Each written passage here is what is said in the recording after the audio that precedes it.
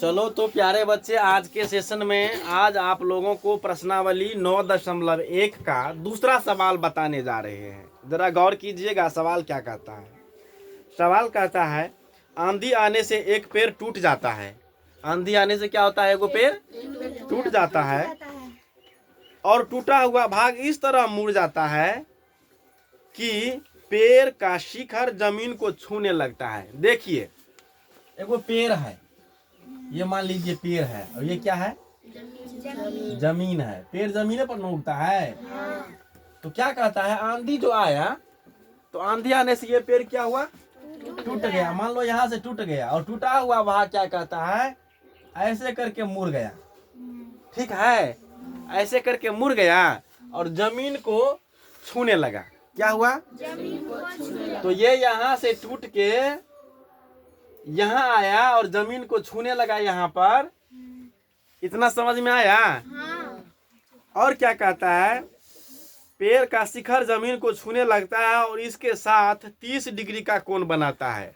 और जमीन को यहाँ पर छूने लगता है और यहाँ पर क्या होता है? 30 डिग्री का कोण बनाने लगता है पेड़। ठीक ना? तो अब देखिए क्या कहता है, पेड़ के पाद बिंदु की दूरी, पाद बिंदु मतलब पेड़ का जड़, पेड़ के पाद बिंदु की दूरी जहाँ पेड़ का शिखर जमीन को छूता है 8 मीटर है। माने पेड़ का जड़ और यहाँ शिखर जहाँ जमीन छूता है, इसका दूरी कितना है? 8 मीटर। देखो पूरा लिख दिया है। सवाल को जो सबसे पहले पढ़ के समझ जाएगा और चित्र बना लेगा, उससे ये सवाल बनाने में दिक्कत नहीं होगा। इसीलिए कहते हैं सवाल को पहले गौर से पढ़ो, उसके बाद चित्र बनाओ, तब सवाल बनेगा। तो पेड़ के पाद बिंदु और जहाँ शिखर जमीन छूता है यहाँ तक की दूरी कितना है? 8 मीटर। हम नहीं कहते हैं, सवाल में लिखा हुआ है पेड़ की ऊंचाई ज्ञात कीजिए। क्या कहता है? पेड़ की ऊंचाई ज्ञात कीजिए। इसका नाम रख दीजिए ए, इसका नाम बी, इसका नाम सी। पेड़ क्या है बताओ? BC और प्लस AC। पूरा पेड़ तो यही ना है। पेड़ टूटा है तो क्या कहता है, पेड़ की ऊंचाई ज्ञात कीजिए, मतलब पूरा पेड़ की ऊंचाई। बात क्लियर है? पेड़ की ऊंचाई मांग रहा है। चलिए, तो अब इसको हम क्या लिखेंगे? सबसे पहले लिखेंगे जो प्रश्नानुसार चित्र बनाया। अपने अनुसार से नहीं, किसके अनुसार से? प्रश्न के अनुसार से लिखेंगे प्रश्नानुसार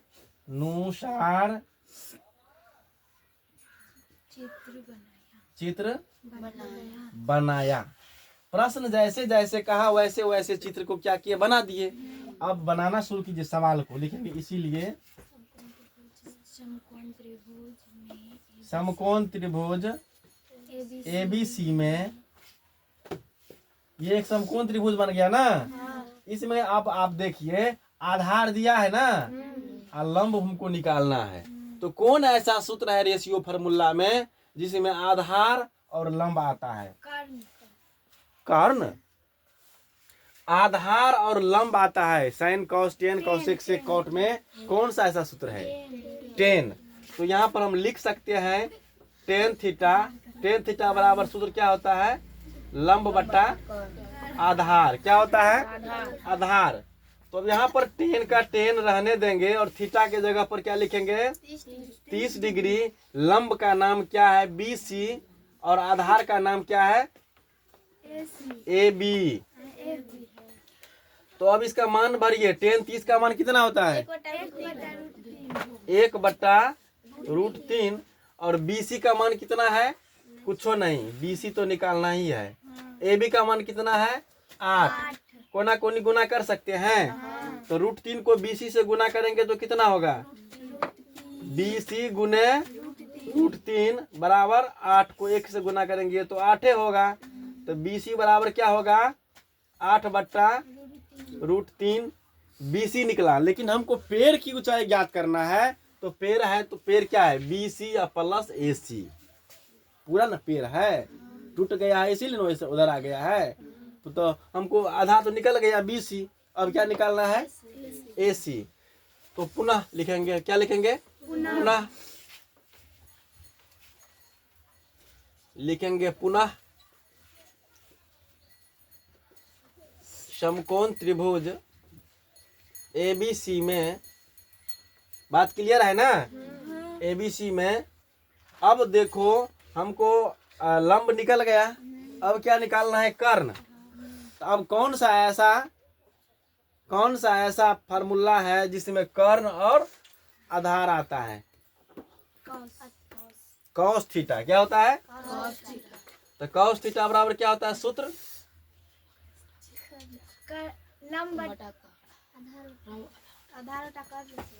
कॉस थीटा बराबर क्या होता है? याद नहीं रहता है? आधार बटा कर्ण।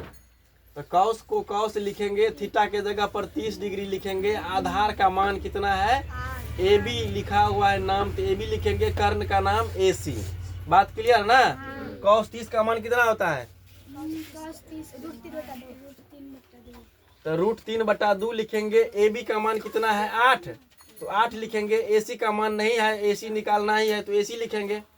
कोना कोनी गुना करेंगे तो क्या होगा? √3 गुने ए सी बराबर 16। √3 गुने ए सी बराबर क्या होगा? 16।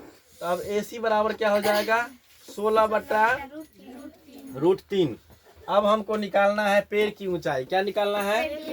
पैर की ऊंचाई। तो लिखेंगे अतः पैर की ऊंचाई बराबर, पैर की ऊंचाई क्या है? पैर की ऊंचाई है BC प्लस AC, यही ना है? तो BC का मान कितना निकला? 8/√3। और AC का मान कितना निकला? 16/√3। अब इसका क्या करेंगे? भिन्न जोड़ निकाल देंगे। तो भिन्न जोड़ निकालेंगे तो √3 का लघुत्तम √3 होगा। यहाँ पर 8 प्लस 16, तो 16 8 कितना होगा? 24। 24/√3 हुआ। अब इसका हर का परिमेयीकरण कर दो, तो √3 से √3 को ऊपर नीचे गुना कर दिया जाए ना। तो 24 √3 को √3 से गुना करेंगे तो 3 8 24, तो क्या होगा? 8√3। क्या होगा?